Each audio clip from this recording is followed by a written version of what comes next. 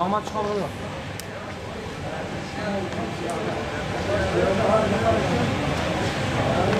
Çalıyor.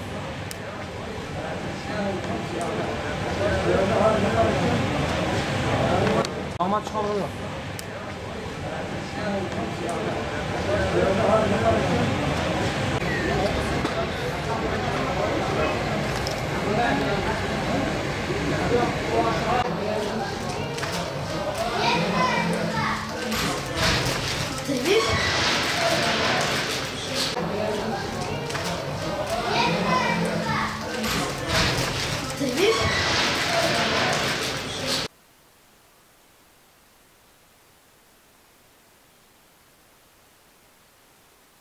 Valla canım kardeşim, bu çadır sorunumuz ortalama 30-35-40 yıldır ben burada esnafım. Burada olduğum süre zarfı içerisinde daha önceki geçmiş belediye başkanlarına da aynı konuyu dile getirdik.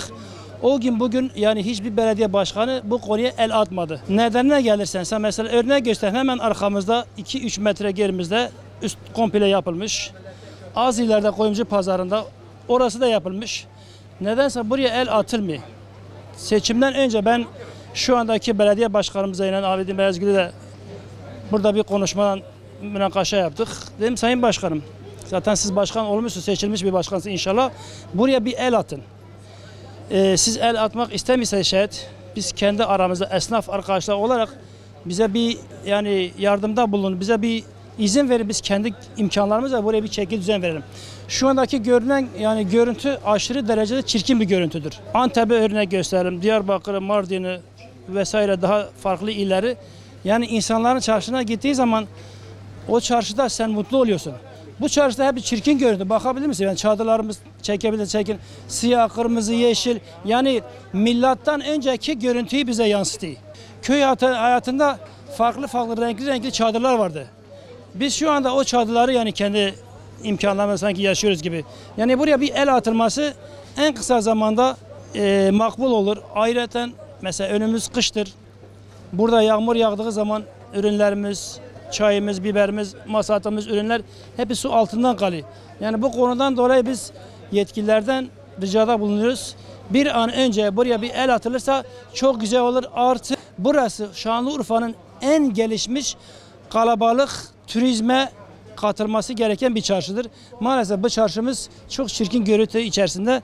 Buraya gelen yabancılar içerisinde yani hiç mi yani sizin belediye başkanları, milletvekilleri vesaire falan buraya bir el atma gibi yetkisi yok mu? Zaten şimdi malumuz belediye başkanları olsun, milletvekilleri olsun seçimden seçime halkın içine dolaşırlar. Örnek gösterelim, CHP milletvekili adayı, ismini tam olarak hatırlayamadım. O arkadaşımız, o milletvekilimiz yani esnaftan iç içedir. Esnafın sorunlarını dile getirir. Şu andaki seçilmiş milletvekillerimizin ismini bile bilmiyoruz. Niye bilmiyoruz? Çünkü esnafla iç içe olmadıkları için kimse şu andaki milletvekillerini bile tanımıyor. Gördüğünüz gibi böyle üst taraf böyle derme çatma oluyor. Yani esnaf arkadaşlarımız çadırlarla kapatıyoruz biz. Hem görüntü kirliliği açısından da önemli. Yani gelen siyasi kişilere biz bunu söyledik. Gerek belediye başkanına, gerek milletvekillerine. Yani bunun vakıflara bağlı olduğunu söylediler. Yani yapacağım bir şeylerin olmadığını söylediler. Ama öyle bir şey ki yani şurası da Gümrükhane'nin duvarına bağlı. Bundan sonra mesela yapılmış ama bu taraf oldukça kötü bir görüntüsü var. Yani bir an önce yapılsa hem esnaf için hem burada geçen müşteriler için daha iyi olacak. Yani bunun bir an önce çözüme kavuşmasını istiyoruz. Biz bunu da defalarca söyledik daha önce. Yani bir çözüm alamadık. Yani özellikle şimdi kış aylarına girdik. Kışın daha da kötü olacak. Burada müşteriler rahatlıkla geçemeyecek. Bir an önce düzelse bizim için iyi olur. Ben buranın bekçisiyim. Gece bekçisi. Bu çadırlar buranın pozisyonu bozuyor. Bütün esnaflar şikayetçi. Bir an önce yetkililer geldi. Belediye başkanları şudur budur ilgilenen olmadı. Artı yani buraya güzel bir çatı yapılsa yağmurdan dolayı çok temiz bir şekilde. Artı bir de buranın bakımı gerek. Belediye tarafından yapılması gerekiyor. Yapan yok. Gelen giden boş. Esnaf olarak tabii ki başta bekçiyim. Buranın bir el atılması lazım çatı bakımından.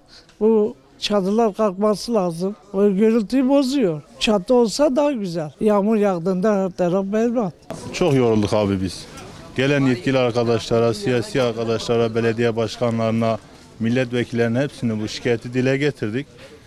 Yani Urfa'nın en meşhur tarihi bölgesi olan Gümrükhan olsun, hanlar olsun, dışarıdan gelen yabancı ya da yerli yabancılara karşılaştığımız manzaraya bakın.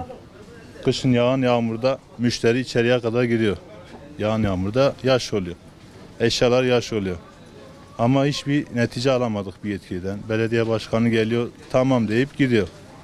Ya da ne bileyim, birçok arkadaş geldi, bunları dile getirdik, sonuç alamadık. Yani yetkililerden bir an önce buna bir el atmasını istiyoruz. Daha önce biz yetkililere söyledik, Büyükşehir Belediyesi'ne de söyledik, Sayın Valimize de durumu arz ettik. Turizm, turist, yabancı burada, tarih burada. Her tarafa yola el attılar ta Abide'ye kadar, Ağlıgöl'den Abide'ye kadar. Dükkanların öndeki gölgelere el attılar, perdelere el attılar. Bizim buraya bir türlü el atmadı. Sayın Valim demişti, projesi hazır hizmete girecek, daha bir şey çıkmadı. Biz bundan rahatsızlık. Yabancı geldiği zaman kayda değer bir şey görünmüyor. Her bir adam bir şekil perde asmış.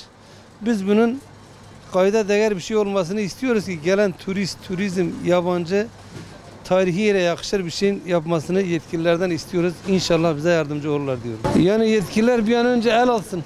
Bunun adam gibi bir şey, düzgün bir şey olmasını isteriz. Başka bir şey yok. Çadırlar hakkında defalarca belediyeye şikayet yapmamıza rağmen sağ olsun belediye başkanımız ilk zamanlar ilgilenmeye yaptı. Çadırları görmüş olduğunuz gibi bunlar kaldırttılar. 1,5-2 ay sonra tekrar esnafımız bunları bilerek taktıkları için biz huzursuz olduk. Yabancı gelen turistlerimiz için, misafirler için tarihi dokuyu tahrip eder gibi devlet büyüklerimizden istirhamımız buraya bir önlem alması. Örnek gösterebilirim.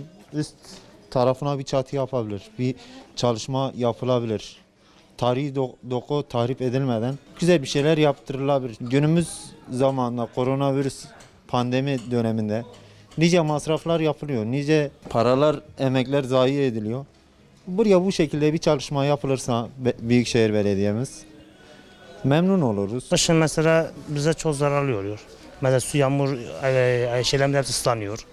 Artı mesela yazın turistler geliyor bu çadırları görünce hepsi mesela yani yukarı görükmüyor yani. Tarihi eser diyorlar ama hiçbir şey görükmüyor yani. Ama üstte kaç tane belediye başkanı geldi. Dedi üstü kapatacağız ama kapatmıyorlar. Yani elimize gelene gelse biz de yardım etmek istiyoruz ama gelmiyor yardım. Bir de kapatmamıza izin de vermiyorlar. Tarihi eser olduğu için. Yani başka bir şey diyecek bir şey yok. Ama bu görüntü çok bozuyor. Kim geliyorsa mesela yabancılar geliyor, bakıyor bu çadıra nedir? Ama bizim elimize gelen bir şey de yok. Yani mesela dükkan başı elini cebine atmak istiyorlar ama belediye izin vermiyor. Tarihi eser diyor, izin vermiyorlar. Yani yazın yine sorun oluyor, kışın yine sorun oluyor. Her zaman sorun oluyor yani. Orada yetkililer mesela belediyemiz çalışmıyor. Dura diyelim mesela. Yani her yerde çöpçüler dolaşıyor ama burada dolaşmıyor. Bak pisliği görüyorsunuz. Her yeri pisliği götürüyor yani. Yani ama şeye gelince, faturalara gelince çevre temizlik parası almak buluyorlar. Böyle çadırları bir önce bunları kaldırmalarını istiyoruz. Valla başka bir şey demiyoruz yani. Restoran yaparken esnaf hepsi kapatma bile gözü kapatırlar yani. Burayı da mesela şey yaparlar biz yine kapatırız yani. Yeter ki çadırları üstü kapatmasını istiyoruz yani. Başka bir şey istemiyoruz yani.